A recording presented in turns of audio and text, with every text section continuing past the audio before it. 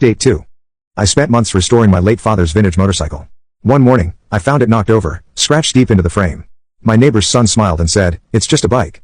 It looked old anyway. I walked away without a word. The next day, he came outside to find something missing. A week passed, then 2. Then one Friday night around 10, I smelled smoke. I was in the garage, finishing up a carburetor rebuild, when I caught a whiff of something burning, not gas, not oil, something acid, plastic, rubber. I ran outside. My backyard shed was on fire. The whole side of it was lit up, flames licking the wooden walls, thick black smoke pouring into the air. I didn't hesitate, grabbed the garden hose, and sprayed everything I could, yelling for 911. By the time the fire truck got there, half the shed was charred, and most of my stored tools were gone, burned up or melted. They said it was probably electrical. I said that was crap. There's no wiring in that shed. I knew it was arson, but I couldn't prove it. I didn't tell the cops about Ethan. I wanted to. I even thought about showing them the photos I had, but I held back. Because now it was war, and I don't go to war with backup. I go in quiet and deep. The next morning, I saw Ethan outside for the first time in days. He wasn't smiling anymore. He was pacing, jumpy. His eyes kept darting up and down the street, like someone was coming for him. He didn't know how right he was. I waited 2 days, then I made my next move. I knew Ethan used the family laptop to message his friends. He wasn't allowed a phone anymore, but I'd seen him on the porch typing away. So I started digging. His dad still used the same Wi-Fi password they told me when I first moved in, Googles22. I got in, installed a keylogger, and just like that, I had access to every message Ethan typed. He'd been talking to a girl from his old school, bragging, saying he taught the old man a lesson, saying I got what I deserved, even admitted to lighting the bastard shit up. That's all I needed. I printed every line of those chats, highlighted the good parts, and slid them into an envelope. But I didn't deliver it to the cops, not yet. I delivered it to his dad, Sunday afternoon. His dad was out mowing the lawn. I walked over, handed him the envelope, and said, "You should read this." Then I turned and walked back home. Didn't wait, didn't look back. 10 minutes later, I heard the shouting, louder than before, things breaking, Ethan yelling that it wasn't fair, his mom crying. I stayed inside, let it all happen. Next morning, the Highlander was gone. So was Ethan. I figured maybe they sent him to stay with family, some get straight kind of punishment. But that wasn't it, not even close. 3 days later, my shop got a visit, 2 guys in cheap suits, insurance fraud investigators. They were asking about a claim Ethan's dad filed months ago, something about a missing catalytic converter on the Dodge Charger.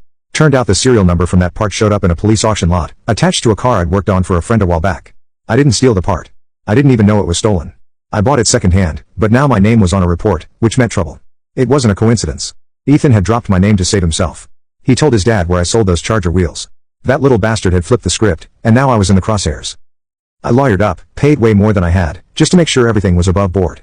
Luckily, I kept receipts, and I was clean. It took a few weeks, but I got out of it with just a warning. Still, it burned because now Ethan had hit back. He dragged my name through the dirt, made me look dirty to the one thing I cared about, my work. And that, I couldn't forgive. He thought the fire was the high point. He thought calling in the feds was the checkmate. But he hadn't even seen what I was capable of yet. I stopped playing defense, started planning something he wouldn't walk away from, not reputation-wise, not socially, not emotionally, not ever. After that investigator visit, I went quiet. Didn't go after Ethan right away. Didn't even mention his name to anyone. I let people think I was rattled. I let the gossip at the shop run its course. He's lucky they didn't press charges. Guess he finally messed with the wrong person. All that, let it sink in. Because the best revenge? It doesn't come fast. It comes when they think they've already won. I spent those weeks doing 2 things, clearing my name on paper and learning everything I could about Ethan's new life. Turns out, they didn't ship him off to family like I thought.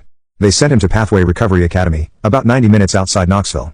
It was a residential discipline program for troubled youth, basically a private reform school with locked gates, prayer circles, and a hell of a price tag, run by a pastor, no state oversight. One of those get your teen right with God kind of places. The kind of place where parents send kids they're ashamed of. It wasn't on Google Maps. You had to know someone to find it. I found it. That's when things started falling into place. I knew a guy named Russ. I used to work with him years ago when I was doing engine rebuilds for a trucking company. He now handled electrical systems for private security firms, did work all over East Tennessee. I called him, told him I was looking to upgrade my garage security, but off the record, needed some eyes on a place. Nothing illegal, just surveillance. He owed me. 2 weeks later, I had camera stills, Ethan in uniform, khaki shirt, buzz cut, empty eyes, carrying a Bible like it weighed 100 pounds. It was perfect. Because the thing about those private discipline schools, they had rules, real strict ones, no phones, no talking to girls, no smoking, no contact with the outside world. And Ethan was already breaking them.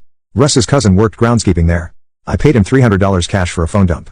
I found everything I needed, photos of Ethan behind the kitchen, vaping, a secret Instagram account using a fake name, messaging 2 different girls, one of them 17. He thought he was invisible. He wasn't. I compiled every photo, every message, every timestamp. I made 2 copies. One I sent to the director of the academy. The other I mailed anonymously to the parents of the girl he'd been messaging. Then I waited. It took 3 days. First, the school director called Ethan's parents.